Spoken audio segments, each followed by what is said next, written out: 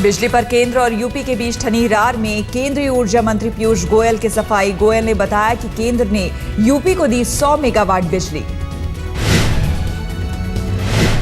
पीयूष गोयल ने ट्विटर पर लिखी पोस्ट, कहा यूपी सरकार ने की थी 325 मेगावाट बिजली की मांग। 100 मेगावाट बिजली आज कराई गई उपलब्ध, बाकी 225 मेगावाट बिजली कल कराई जाएगी मुहैया।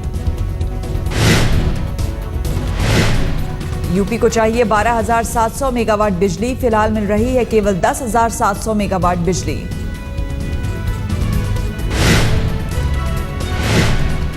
पीयूष गोयल ने प्रेस रिलीज जारी कर यूपी सरकार पर उठाए सवाल। कहा पूरा बिजली उत्पादन नहीं ले पा रही है सरकार।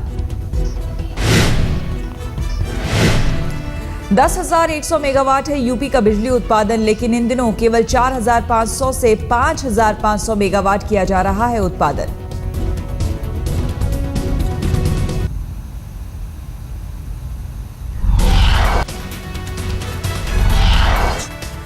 इससे पहले केंद्रीय ऊर्जा मंत्री ने यूपी सरकार पर लगाया था आरोप। कहा था बिजली नहीं खरीद रहा यूपी, चुनावी हार के लिए जनता को सजा देने का आरोप। मुख्यमंत्री अखिलेश यादव की तीखी प्रतिक्रिया, केंद्र से नहीं मिल रहा है कोयला।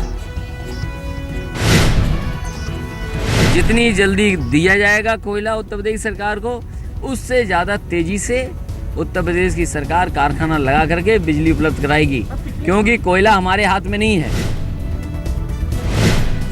माया ने बिजली कटौती पर भी सरकार को घेरा। कहा जनता को बिजली देने में भेदभाव कर रही है यूपी सरकार। बिजली को लेकर यूपी के कुछ जिलों को तरजीह देने पर बढ़ा बवाल। पूर्वांचल विद्युत वितरण निगम लिमिटेड के टेक्निकल डायरेक्टर ने कहा यह सरकार का नीतिगत फैसला।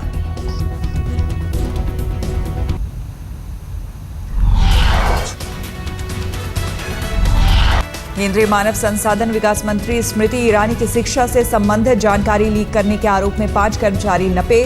दिल्ली यूनिवर्सिटी ने 5 कर्मचारियों को सस्पेंड किया।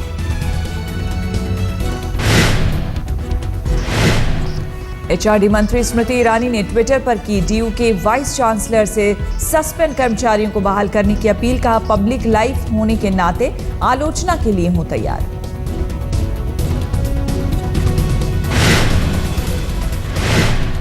डीयू कर्मचारियों को सस्पेंड करने पर कांग्रेस नेता दिग्विजय सिंह और बीजेपी नेता गिरिराज सिंह में ट्विटर पर छिड़ी जंग। दिग्गी ने कहा क्या पारदर्शी है मोदी सरकार। गिरिराज ने कहा आपकी सरकार ने आपकी पर्सनल फोटो लीक कर दिखाई थी पारदर्शिता।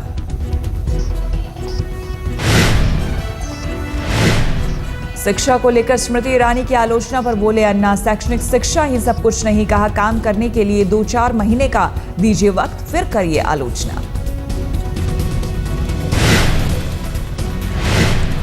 प्रधानमंत्री नरेंद्र मोदी ने आज बुलाई बीजेपी महासचिवों की बैठक। पीएम निवास 7 RCR में होगी बैठक। मकसद महासचिवों को सावधान करना ताकि बड़ी जीत से ना पड़े शिथिल।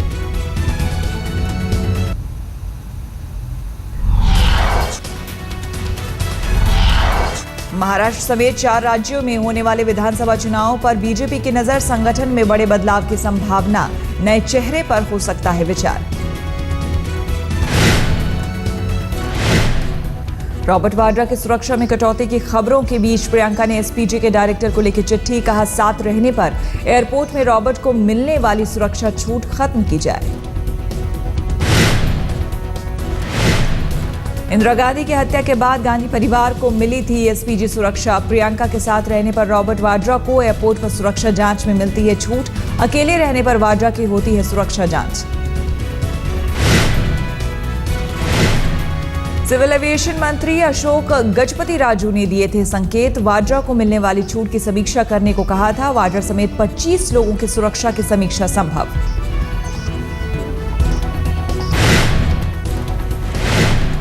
मुंबई में कैंपा कोला सोसाइटी खाली करने की दी गई मियाद आज खत्म। अवैध निर्माण पर सोसाइटी ढहाने का है आदेश। कैंपा कोला के 40 परिवारों ने सुप्रीम कोर्ट में दी नई याचिका। मंगलवार को होगी सुनवाई, फिलहाल स्टे का आदेश नहीं।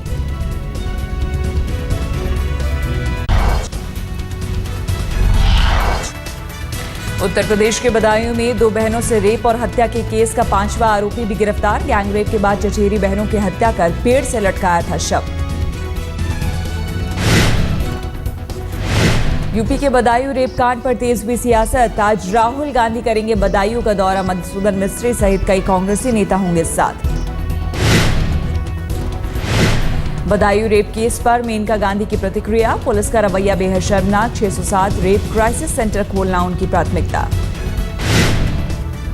हम लोग बना रहे हैं एक रेप क्राइसिस सेंटर हर डिस्ट्रिक्ट के लिए बनेगा, जिसमें जो तकलीफ इस तरीके की हो वो एक ही जगह जा सकती है। वहाँ उनको मेडिकल हेल्प भी मिलेगा, लीगल हेल्प भी मिलेगा, पुलिस की हेल्प भी मिलेगी।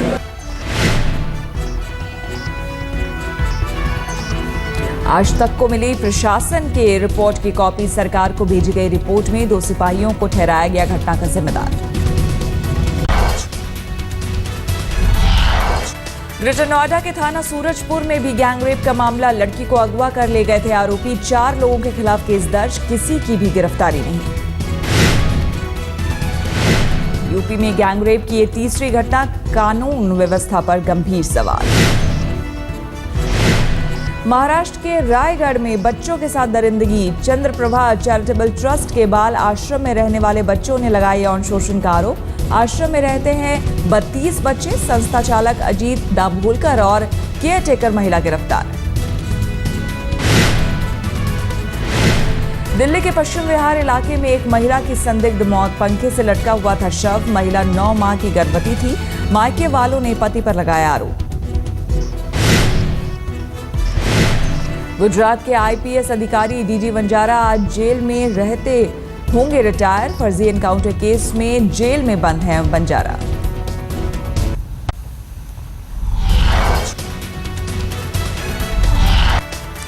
जम्मू में भीषण हादसा। बस स्टैंड के पास स्थित नीलम होटल में लगी आग। 4 लोगों की मौत, 11 जख्मी। 3 की हालत नाजुक। दमकल अधिकारी के मुताबिक ज्यादातर लोगों की मौत दम घुटने से हुई।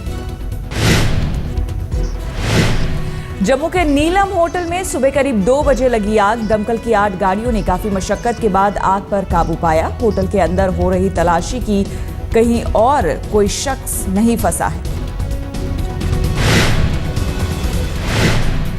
जम्मू के 3 मंजिला होटल की आग में मरने वाले सारे लोग दूसरे राज्यों के माना जा रहा है। माता वैष्णो देवी के दर्शन के लिए ये लोग जम्मू पहुंचे थे। होटल में आग की वजह का अब तक खुलासा नहीं। होटल के नीचे स्थित है टायर की दुकान। माना जा रहा है कि शॉर्ट सर्किट से लगी आग।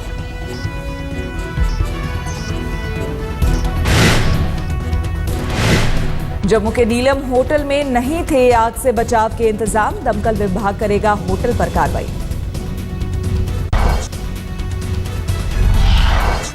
प्रधानमंत्री नरेंद्र मोदी से मिले चंद्रबाबू नायडू। सीमांध्र को विशेष राज्य का दर्जा देने की मांग की।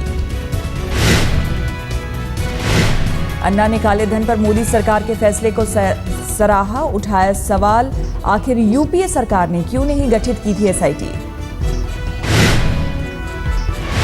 एमएनएस चीफ राज ठाकरे की आज मुंबई में रैली। लोकसभा चुनाव में करारी हार के बाद विधानसभा चुनाव की तैयारी। तृणमूल कांग्रेस के संसदीय दल की आज कोलकाता में बैठक। लोकसभा चुनाव में पश्चिम बंगाल की 34 सीटों पर किया है कब्जा। बीजेपी का बिहार के मुख्यमंत्री जीतन राम मांझी पर निशाना। मांझी को बताया नीतीश का कठपुतली सीएम। कहा एससी/एसटी मंत्री रहते बेहद बेबस नजर आए थे जीतन राम मांझी।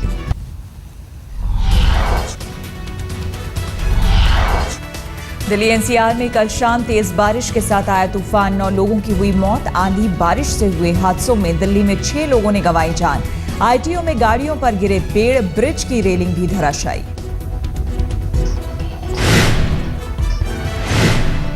आंधी के साथ आया धूल का गुबार। शाम में ही छाया अंधेरा। करीब 90 किलोमीटर थी हवा की रफ्तार। नोएडा में भी आंधी की कहर में कार बनी निशाना। कई कारों का हुआ कबाड़ा।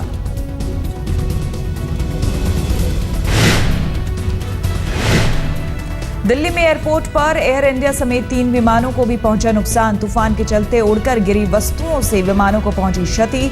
दिल्ली आने वाले 12 विमानों को नजदीकी शहरों के एयरपोर्ट पर उतारा। वेस्टर्न डिस्टर्बेंस की वजह से बदला मौसम। दिल्ली के साथ साथ हरियाणा, पंजाब और पश्चिमी यूपी में भी दिखा असर।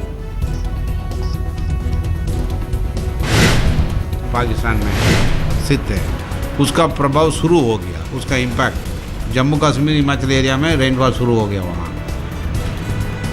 वो है 1-2 दिन तक यहीं रहेगा, फिर निकल जाएगा।